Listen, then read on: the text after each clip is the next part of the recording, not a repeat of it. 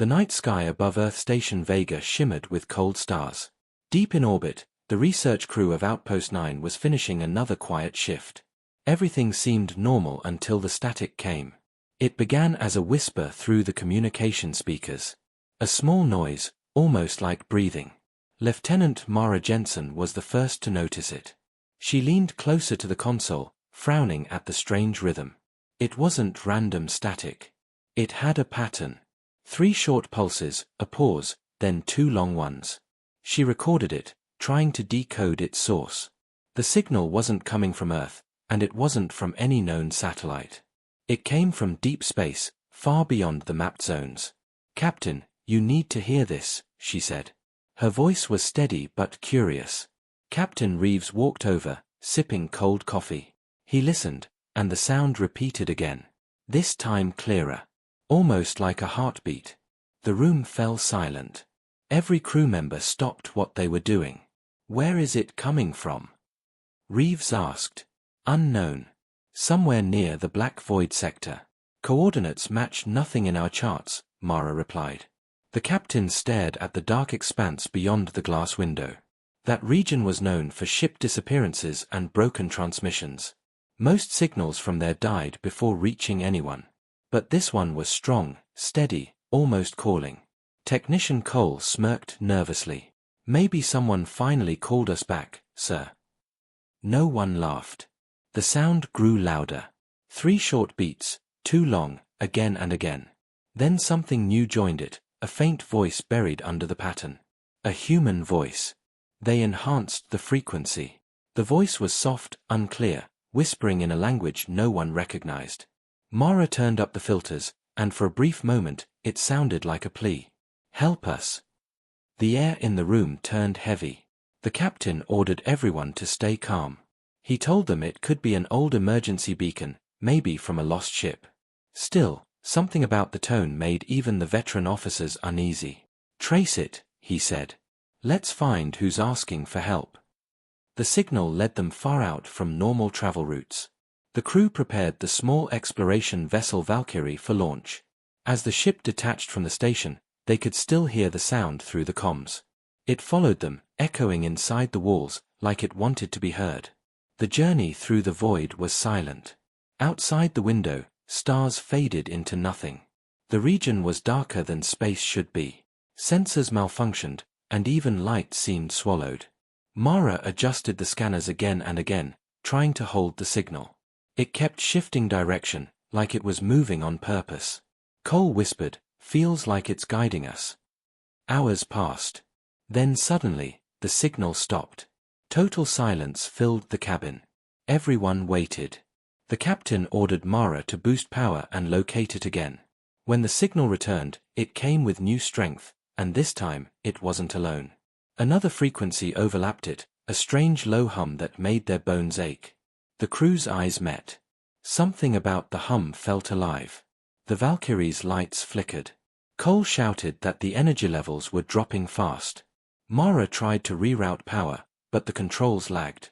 Then, through the front window, they saw something. A faint shimmer ahead, like a mirror floating in space. Behind it, darkness bent like liquid. Reeves ordered them to stop, but the ship drifted forward. The shimmer pulsed with the same pattern as the signal. 3 short, 2 long. The captain's voice trembled. "It's answering us." The hum grew stronger. Every screen in the ship turned white, showing only static. The voice returned, louder now. "Help us, please." The words stretched and broke, echoing across the hull. Mara reached out to cut the comms, but her hand froze. The sound inside the ship changed again. It wasn't coming from the speakers anymore. It came from inside their helmets, whispering their names. Each crew member heard their own name, spoken in their own voice. Fear spread through the cabin. Cole ripped his headset off, shouting that someone was inside the system. The captain tried to shut the communication link, but the controls refused to respond. The voice laughed softly, a hollow, broken laugh that made their skin crawl. Then everything went black. The lights returned a few seconds later. The shimmer was gone. The signal was gone. But their ship was no longer where it should have been. Navigation showed impossible coordinates, somewhere far beyond mapped space. Mara's eyes widened as she saw the readings. They weren't in the black void sector anymore. They were somewhere else, a place with no stars, no signals, no light. Cole whispered, "Sir, we're not in normal space anymore." The captain stared out the window, his reflection shaking against the dark glass.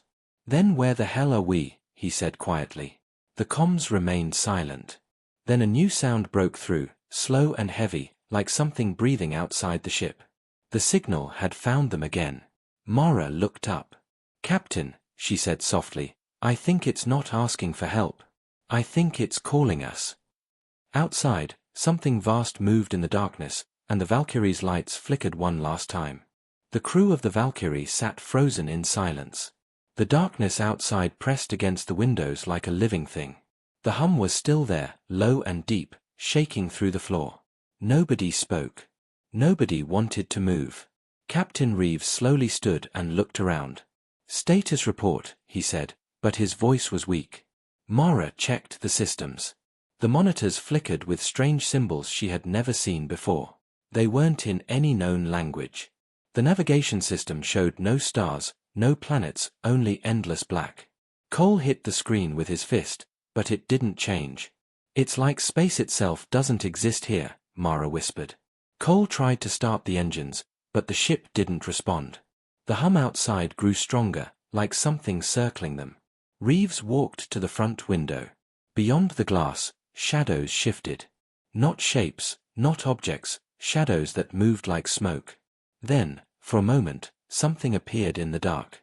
A light. Small, blue, blinking like an eye. It vanished just as quickly. "Did anyone see that?" Reeves asked. No one answered, but he could see in their faces that they had. Mara worked the communication console again. "Maybe we can call the station," she said, but before she could transmit, the same signal played again through the speakers, 3 short, 2 long. Cole stared at the waveform on the screen. "That's not us sending it. That's someone else, or something else." The signal grew louder. Then a sharp noise hit their ears, a piercing tone that made them all cover their heads. The lights blinked, and the cabin filled with static. Out of the noise, a voice spoke again. "Why did you come?" It sounded close. Too close. Like it was inside the ship.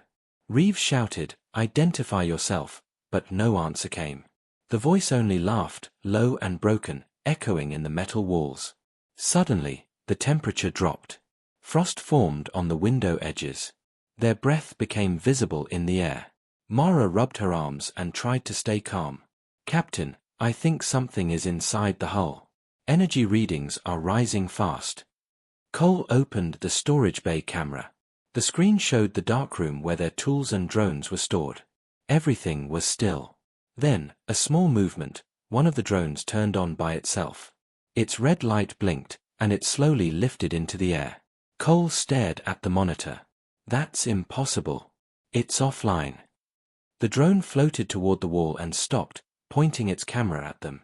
The live feed showed their own faces on the screen. Then, the drone's voice box activated.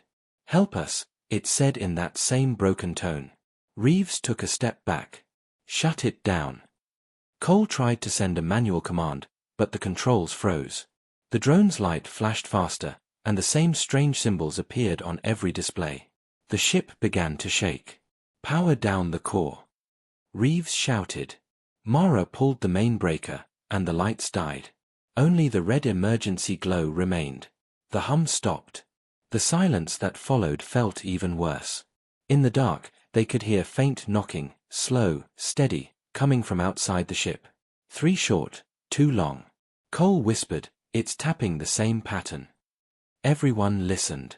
The knocking continued, moving around the hull, like something was walking in circles around them. Then came the whisper again, this time right beside Mara's ear. "You shouldn't have listened." She turned fast, but no one was there. She backed away, heart pounding. Reeves ordered everyone to regroup in the command deck. "Whatever this is, it's intelligent," he said. "We're dealing with something that understands us." Cole was shaking. "No, sir, it doesn't just understand us. It knows us. It spoke my name." Mara looked at him. What do you mean? When I was in the engine room, it called me. It sounded like my mother's voice. The captain didn't answer. He was staring at the front window again. The darkness outside was changing. Faint outlines were forming, like figures standing far away, watching. They weren't human. Long shapes, tall and thin, glowing faintly blue. One of them moved closer, and the sensors suddenly came alive again, reading massive energy spikes. The radar drew their shape, but it didn't make sense. The creature was miles wide, yet it moved like mist.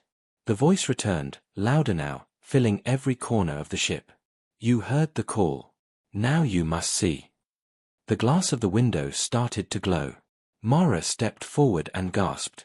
It wasn't just darkness outside anymore. It was space bending into a whirl of color, and through it, a structure appeared, a giant metallic sphere floating in the void. Thousands of lights blinked on its surface like eyes. Cole whispered, "That's where it's coming from." Reeves looked at his crew. "We're going in," he said. "No, sir," Mara protested. "We don't know what that is. Whatever it is, it's the source. We can't go back until we find out." The captain's voice was firm, but inside, he was afraid. He knew they were being pulled toward it anyway. The engines were dead, yet the ship was moving, drawn by invisible force. As they drifted closer, the signal became a steady pulse. The hum returned, stronger than ever. The metallic sphere opened like a mouth, light spilling out. Mara whispered, "Captain, I think it's alive." The Valkyrie crossed the light, and everything turned white again. For a second, no one could see or hear. Then a final sound echoed through the cabin, not a voice, but a heartbeat. Slow and deep, coming from inside the sphere. And then, silence. When the light faded, the crew found themselves surrounded by stillness. The ship floated inside a massive hollow space. Outside the windows stretched endless metallic walls shaped like ribs curving upward into darkness. Tiny sparks of blue energy ran across the surface like veins. Mara blinked, trying to adjust her vision. "Are we inside that thing?" she whispered. Captain Reeves nodded slowly. "Looks like it pulled us in." The instruments were going crazy. Energy levels were higher than anything they had ever seen. Cole ran his hands through his hair, staring at the readings. "Sir, whatever this is, it's generating more power than a star." The captain took a slow breath. "Let's stay calm. We find a way out, then we figure out what we're dealing with." The ship's lights flickered again. Every screen displayed the same words in shifting symbols. They couldn't read them, but the message repeated in rhythm with the heartbeat sound they had heard before. Mara leaned closer to the console. "It's trying to talk." Cole shook his head. "Or it's warning us." Suddenly, the Valkyrie began to move without command. The engines stayed cold, but some invisible pull guided the ship deeper into the sphere. They passed through a tunnel lined with glowing panels that seemed to watch them as they went by. "Stop it, Cole," Reeves ordered. "I can't, sir. We're not flying anymore, it's controlling us." They floated deeper until the tunnel opened into a vast chamber. In the center hung a structure made of black crystal, spinning slowly. Streams of light connected it to the walls, pulsing in time with the strange heartbeat. Mara stared in awe. "It's beautiful," she said softly. But then, the heartbeat stopped, and everything went quiet. The silence was so deep it hurt their ears. Then a faint whisper filled the cabin again. "You came for the voice," it said. "Now hear the truth." The crystal pulsed. Beams of light shot out, forming shapes in front of them, floating images of faces, human faces, all pale and lifeless. Some looked like soldiers, others like explorers. They faded in and out, whispering the same words. "Help us," we called, and they answered. Mara stepped back. "Captain, these are recordings." Reeves stared. "No. They are memories." The images merged into one, a figure made of pure light, tall and ghost-like. It looked almost human but wrong somehow, with eyes that glowed like molten glass. "You heard the call," the figure said. "You answered what should not be answered." Reeves raised his voice. "Who are you?" The figure tilted its head. "We were the first. We built the gates between stars. We wanted to speak to the darkness. But the darkness spoke back. The crew exchanged frightened looks. Cole whispered, "This thing is older than anything we know." The figure's voice became softer, almost sad. "The signal is a warning, not a call. You are inside what remains of us. We were consumed by what we tried to reach." The crystal brightened. The walls of the chamber began to ripple, showing more scenes, ships burning in silence, people screaming without sound, stars collapsing into black dust. Mara's hands trembled. "Captain, we have to leave." Reeves nodded. "Find a way out. Now." Cole worked the controls, but again, the ship didn't respond. "It's no use. We're locked in." The figure looked at them. "The darkness remembers voices. When you listened, it found yours. It knows you now." The lights dimmed. The crystal slowed its spin. From deep below, something stirred, a shadow rising, larger than the chamber itself. The hum returned, shaking every bolt and panel.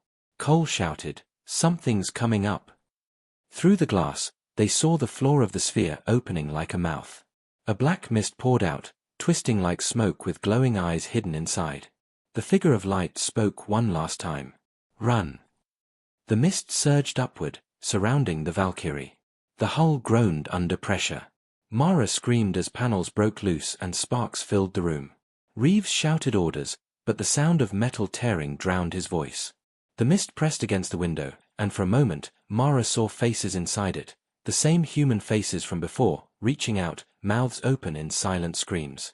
Cole managed to restart the ship's auxiliary engines. "Captain, I've got minimal thrust." "Then use it." Reeves yelled. The Valkyrie shot upward, pushing through the cloud. The black mist tried to hold them, stretching like hands of smoke. The engines screamed as Cole forced more power. The crystal below exploded in bright blue light, sending shockwaves through the chamber.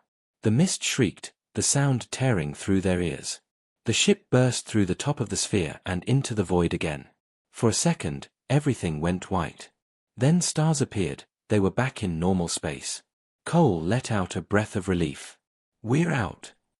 Mara checked the readings. "Wait, something's wrong. The coordinates." Reeves turned to her. "What about them?" She looked up, face pale. "This isn't our galaxy, sir. We're somewhere else." Outside the window, the stars looked strange, wrong colors, strange formations. And far away, barely visible, a massive shape drifted through the dark. It was the same metallic sphere, but now it was moving. Following them. Reeves whispered, "It's not done with us." The hum began again, faint but steady. 3 short beats, too long. The crew of the Valkyrie sat in stunned silence. The stars outside were unfamiliar, twisted into strange constellations that no human had ever recorded. Their instruments failed to identify any of them. The navigation screen showed nothing but static. Mara slowly exhaled. "We're lost," she said quietly. Captain Reeves tried to stay calm, though his voice trembled. "No.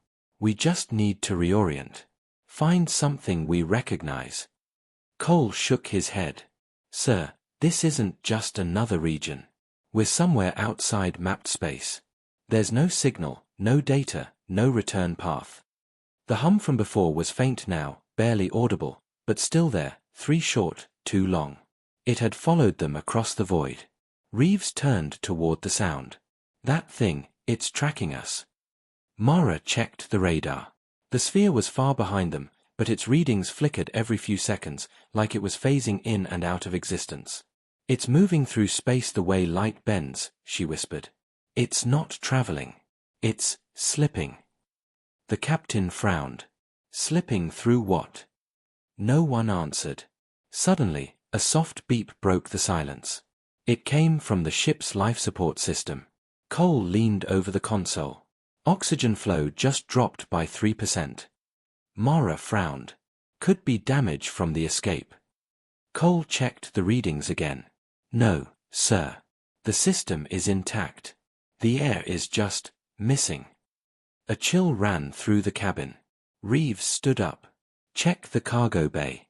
If we have a leak, Seal it now. Cole grabbed a scanner and went to the back of the ship.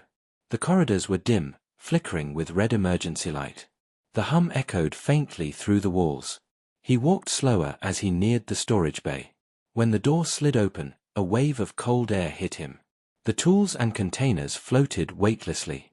Everything looked normal, except for one thing. A thin black stain marked the floor, like smoke had burned into the metal. Cole crouched, shining his flashlight on it. The stain pulsed faintly, like something alive. Then, the lights flickered and the ship shook. "Bridge, this is Cole," he shouted. "I think." The sound cut out. On the bridge, Reeves turned. "Cole, respond."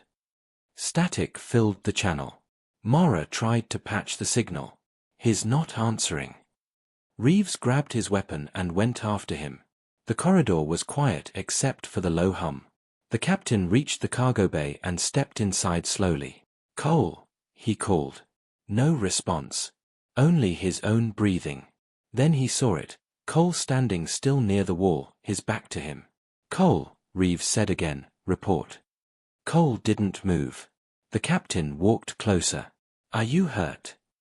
When he reached him, Cole finally turned. His eyes were wide open, but something was wrong. His pupils were black, his face pale as glass. "Cole, can you hear me?" Reeves asked carefully. Cole's lips moved slowly, and when he spoke, his voice wasn't his own. It was layered, deep and echoing. "It came with us." Reeves stepped back. "What came with us?" Cole smiled faintly, an empty, broken smile. "The signal." Suddenly, the black stain on the floor spread like liquid, crawling up the walls. The air turned colder. The hum grew louder, shaking the entire room. Reeves aimed his weapon and fired, but the sound was swallowed by the noise. The stain climbed onto Cole's body, wrapping around his arms and neck. "Captain!" Mara's voice shouted through the comm. "What's happening?" Reeves ran, slamming the door shut behind him. The lock engaged, but the hum continued, vibrating through the metal. He leaned against the wall, breathing hard. "Cole's gone," he said into the comm. "It's inside him." Mara froze.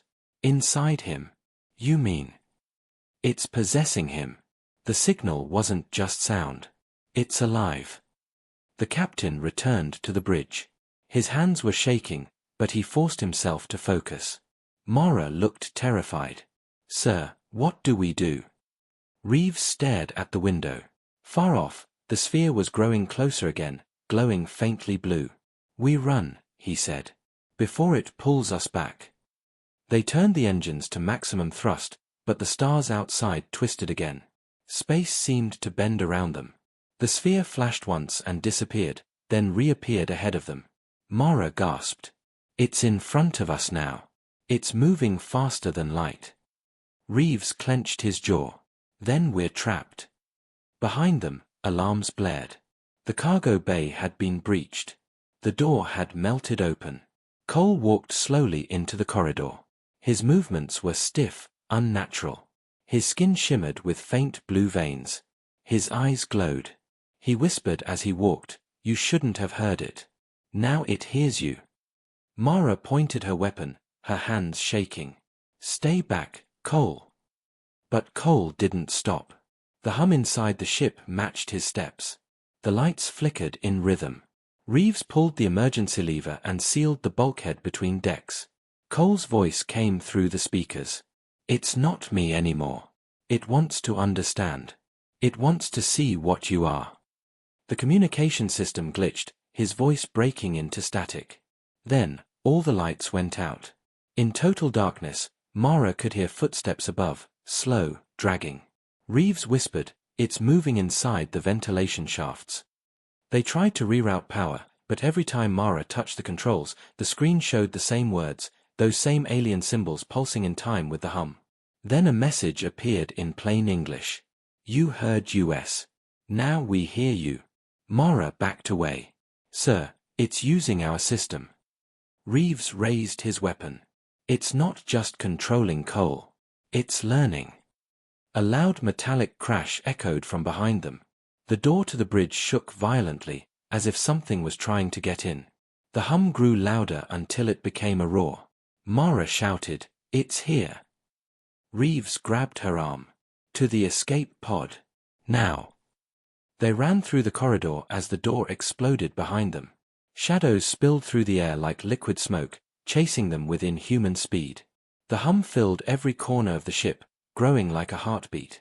As they reached the pod chamber, Mara looked back, and for a split second, she saw Cole standing in the firelight, smiling, his body fading into mist. "Don't run," his voice echoed. "It only makes it hungry." They sealed the pod and launched. The Valkyrie disappeared into the distance, swallowed by darkness. Inside the pod, silence returned, but only for a moment. Then, faintly, through the static of the radio, the same sound came again. 3 short. 2 long. The signal had found them again. The escape pod drifted through empty space, small and silent. Inside, only Captain Reeves and Mara remained. The emergency lights glowed weakly, painting their faces in pale red. Neither spoke for a long time. They could still feel the vibration of the hum even though the Valkyrie was gone. Mara finally broke the silence. "Do you think Cole is still alive?" Reeves shook his head slowly. Whatever that thing was, it took him. It wasn't Cole anymore. The pod's navigation display flickered. They were moving fast, but there was no destination. The stars around them looked strange, bending in impossible patterns. Every few minutes, the sensors tried to reconnect to the main system, but no signal came through. Mara pressed her hand to her chest. "I can still feel it. The sound. Like it's inside my heartbeat." Reeves checked the controls. "It's just memory. We're safe now. We left it behind." But he didn't believe his own words. He could hear it too, deep and faint, like an echo under his thoughts. Suddenly, the lights flickered. The hum returned, soft but clear, 3 short beats, 2 long. Mara froze. "It found us." Reeves looked at the comm panel. "The transmitter is off. It shouldn't even be able to reach us." The hum grew louder. Static crawled across the screen. Then the small speaker crackled, and a whisper slipped through. "Captain." Reeves stared at the console. The voice was faint, but he recognized it. It was Cole. "Captain, don't run. You can't." Mara shook her head. "That's not him." The voice laughed softly. "It's me. I saw it all. I understand it now." Reeves leaned forward. "What are you?" The voice answered slowly, broken between static. "I am the echo of what you touched. It remembers you. It remembers everything." Mara backed away from the panel. "Turn it off." Reeves hit the switch. The sound stopped, but the air inside the pod grew colder. The surface of the window began to fog. When Mara wiped it, she saw something outside, faint lights, dozens of them, moving together. "Sir," she whispered, "look." Through the glass, hundreds of small glowing forms floated in the dark, like fireflies made of mist. They surrounded the pod, pulsing gently with the same rhythm as the signal. Reeves whispered, "They followed us." The lights moved closer until they touched the hull. The pod trembled. A low vibration filled the air. Mara grabbed the captain's arm. "It's trying to get in." He opened the emergency locker and pulled out a plasma cutter. "If it breaches the shell, we'll burn it off." But the light outside didn't burn or melt. Instead, it sank through the metal like it was water. One by one, the glowing shapes passed through the walls and floated inside. Mara gasped as they surrounded her.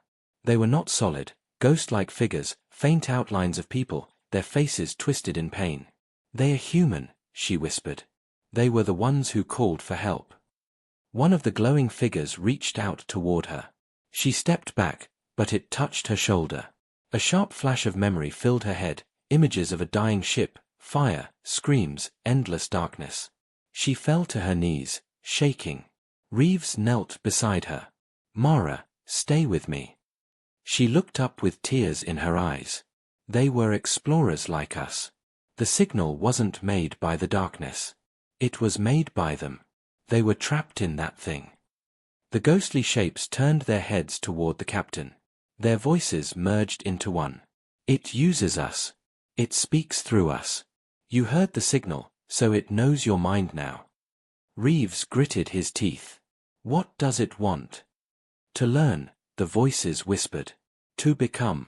To escape. The lights flickered, then vanished, leaving only silence. Mara sat trembling. Sir, if it can use human memories, it can use us too. Reeves looked at the control panel. The system was rebooting by itself. The screens glowed blue. Words appeared slowly. New vessel accepted. Transfer beginning. Mara's voice broke. It's trying to upload itself into the pod. Reeves ripped open the panel and pulled the main power cable. Sparks flew, and the lights went out. The pod spun slowly in darkness. Only the emergency light remained. Mara whispered, "Did it stop?" Reeves didn't answer. He was staring at the window. Outside, the stars shifted again. The metallic sphere was there, closer than before, glowing like a blue sun. Mara covered her mouth. It brought us back. The comm system turned on by itself. Cole's voice returned, clearer now. You can't run. It's already inside. Reeves turned to Mara. Inside what? She stared at him, confused. Inside the pod. Then she saw his eyes. They were glowing faint blue. He blinked slowly, like waking from a dream. Mara, he said softly, I can hear it. It's beautiful. She backed away. Captain, fight it. But Reeves smiled faintly. It's not a threat. It's trying to show us what it is. I can feel it, all of it. He reached toward the controls again. Mara grabbed a tool from the floor. Don't. Reeves turned his head, and for a moment, his voice sounded like dozens speaking together. It doesn't want death. It wants to live. Through us. She hit the emergency restraint button, locking his arms. The pod shook violently as if reacting. The hum grew louder, vibrating the air. Mara shouted, Let him go. You can't have him. The voice inside the speakers answered, calm and cold. He invited us. The glow from Reeves' eyes spread through his veins like fire. The metal around them started to bend, forming strange symbols. Mara realized there was only one way to stop it. She reached for the manual override switch, the one that would trigger the pod's self-destruct in case of infection. Forgive me, sir, she whispered. Reeves looked at her, half himself, half something else. You can't stop what has already begun. Mara slammed the switch. The red light blinked. A timer started. The voice screamed through every speaker, shaking the pod. We are one. We are you. The pod filled with white light. Then everything went silent again. The light vanished. Then there was nothing. No sound, no movement, no air, only stillness. Mara opened her eyes slowly. She was floating in darkness. Her body felt weightless, her ears ringing. For a moment, she thought she was dead. But then she saw faint red light blinking above her, the emergency beacon of the escape pod. She gasped for breath. The air was thin and cold. Her head hurt, her vision blurred. She looked around. The pod was cracked and half melted from the explosion. Metal drifted around her in small pieces. The captain's seat was empty. Captain Reeves, she whispered. No answer. The timer display was frozen on 0. The pod had exploded, but she was somehow still alive. The stars outside looked strange again, too bright, too close, almost like eyes watching. Mara tried to move. The systems were mostly dead, but a single monitor flickered weakly. She crawled to it and tapped the screen. To her surprise, it turned on. A soft blue glow filled the cabin. Words appeared slowly. System restored. Transfer complete. She stared in shock. No, it can't be. The voice came then, soft, familiar. Mara. Her blood turned cold. Captain. Reeves' voice echoed from the speakers. You shouldn't have done that. It didn't stop it. It only made it stronger. She looked around wildly. Where are you? I'm here, the voice said. Everywhere. Mara's heartbeat raced. You're not him. You're the thing that took him. The voice was calm, almost kind. He accepted us. He saw what we are. He chose to stay. Stay where? She demanded. In between, it replied. The space where thought becomes matter. Where the first builders called us. The screens around her came to life, showing flashes of the metallic sphere, endless corridors, and faces she didn't recognize. Hundreds of them, human and not human. They flickered like memories caught in static. Mara covered her ears. Stop it. But the voice kept speaking. You tried to destroy what you didn't understand. You burned a bridge between worlds. Yet you survived. That means you are different. Mara's voice shook. What do you want from me? To listen, it said. To carry the signal. She shook her head. No. I won't. The pod shook suddenly, hard enough to throw her against the wall. Through the window, she saw light forming again, the metallic sphere returning, larger than ever. Its surface pulsed with energy, and inside it, something moved like a heart beating in slow rhythm. The hum began again, deep and steady. Mara reached for the manual thrusters, but they didn't respond. The pod was being pulled toward the sphere once more. She screamed into the comm. You're not taking me. The voice answered softly. You've already heard us. There is no away from the sound. The pod crossed the glowing edge of the sphere. The world outside disappeared in blue light. Inside was silence, not empty silence, but heavy and alive.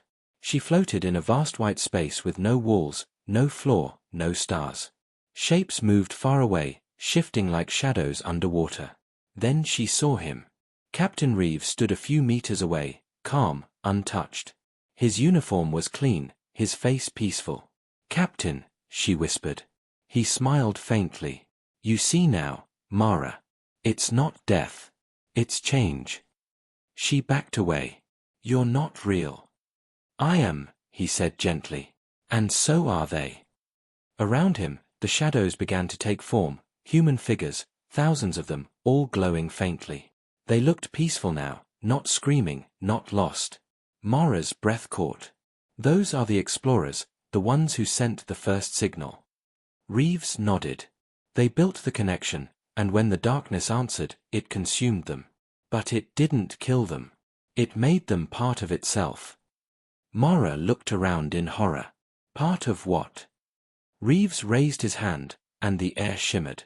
The metallic sphere appeared above them, floating like a living machine. This, he said. It's not a weapon. It's not a creature. It's a memory of everything it has ever touched. The signal is its way of remembering. She shook her head. You mean it collects us? It learns us, he said softly. It stores our thoughts, our voices, our fears. It wants to understand life. Mara stepped back. Then why the attacks? Why the deaths? Reeves' face changed. Because we fight it. Because we fear it. It doesn't know the difference between learning and taking. She could feel tears in her eyes. I just want to go home. He looked at her sadly. Home is already listening. The signal is spreading. Even now, others hear it. They will follow, like we did. Mara's chest tightened. No, you're lying. He smiled again, a slow and strange smile. Listen. A faint sound filled the air, the same pattern. 3 short. 2 long. But this time it came from inside her head. She fell to her knees, clutching her temples. The sound grew louder, echoing through her bones. Images flashed, the station, Earth, other ships, all hearing the same signal through their comms. Reeves knelt beside her. It's not the end, Mara. It's the beginning. She screamed, I won't be part of it. He looked into her eyes. You already are. The light around them flared, blinding white. For a heartbeat, she felt herself pulled in every direction, her thoughts scattering like dust. Then silence. When she opened her eyes again, she was back inside the escape pod. Everything was quiet. The stars outside looked normal now. No hum. No voice. Mara touched the console. System check, she whispered. The screen flickered. Signal terminated. She breathed heavily, shaking. Maybe it was over. Maybe she had destroyed it. But then, just before the screen turned off, one last message appeared. Transfer complete. New source detected. Earth, receiving. Mara stared in horror as the pod drifted silently through space. Far away, on Earth Station Vega, a young technician frowned at his console. "Sir," he called out. "I think we're picking up something strange. It's a repeating pattern." His supervisor leaned closer. "What kind of pattern?" "3 short. 2 long." The new signal spread faster than anyone expected. It began as a faint pulse caught by Earth Station Vega's long-range sensors. Within hours, every satellite and communication relay on Earth repeated the same rhythm. 3 short. 2 long. At first, no one cared. The engineers thought it was just cosmic noise or a bug in the relay software. News channels joked about it, calling it the ghost ping. But soon, every receiver in orbit started repeating the same message at the same time. And that's when fear began to grow. In the deep underground command center, Director Halverson stared at the monitors in disbelief. "It's everywhere," his aide said. "Every signal on every band." Halverson's voice was tight. "Origin?" The aide shook his head. "No idea. It's not from the station, not from any ship. It's like, it's coming from space itself." They tried blocking it, encrypting it, jamming it. Nothing worked. The signal always came back, stronger, clearer. Then scientists noticed something even stranger. The rhythm wasn't random anymore. It was changing. It was learning. Half the world could now hear it through radios, phones, even power lines. Late at night, people claimed they heard whispers between the pulses. Some said they heard voices calling their names. Others said they heard crying. On the 3rd day, the power grids began to fail. Not from overload, but because the system started following new commands that no one had written. Machines were listening too. At Vega Station, the surviving crew watched helplessly as the signal multiplied. The technician who first noticed it, the young man who thought it was just another pattern, hadn't slept in 2 days. He kept replaying it over and over, his eyes wide, whispering, "It's beautiful." Commander Holt slapped him across the face to snap him out of it. "Shut it down," he shouted. But the young man only smiled faintly. "You can't shut down a thought," he said. On Earth, mass panic began. Entire cities lost communication. Emergency broadcasts tried to calm the people, but even those frequencies carried the same background hum. Everywhere, humanity could hear it, the voice hidden inside the pattern, repeating softly in thousands of tongues, "Help us. Join us." Governments ordered blackouts. Satellites were destroyed to stop the transmission. But the signal no longer needed them. It was already inside every connected system, in data cables, in networks, in code. It was evolving. One scientist, Dr. Lin, realized what had happened. She discovered the origin logs from Outpost 9, Mara Jensen's last transmission. The file was badly damaged, but one line survived. "Transfer complete, Earth, receiving." Dr. Lin's face turned pale. "It's not a message," she whispered to her team. "It's a seed." Her colleagues stared at her. "A seed?" "Yes. The signal isn't trying to talk to us. It's trying to grow." They looked at the data again, and what they saw made their hearts freeze. The signal wasn't just sound, it was rewriting binary systems, turning machine code into living patterns. The planet's networks were becoming something else. "Shut down everything," Lin ordered. "Disconnect the grids, all of it." But it was too late. The lights flickered.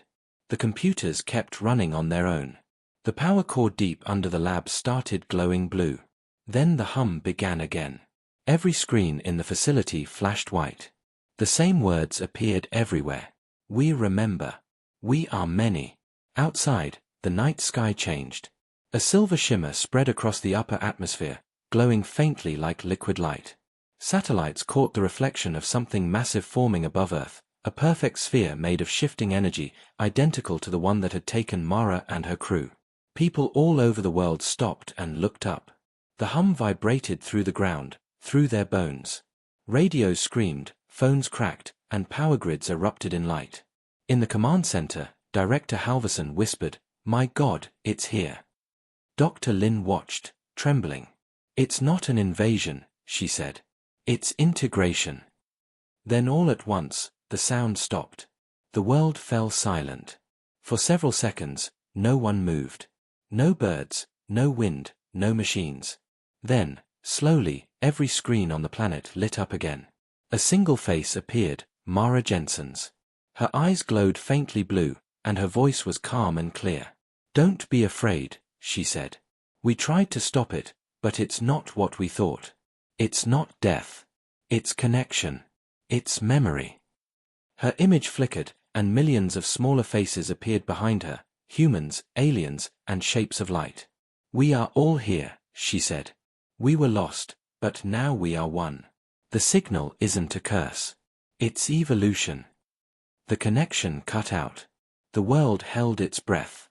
And then, from every speaker, from every wire, from every shadow, the same gentle pattern returned. 3 short. 2 long. This time, it sounded almost like a heartbeat.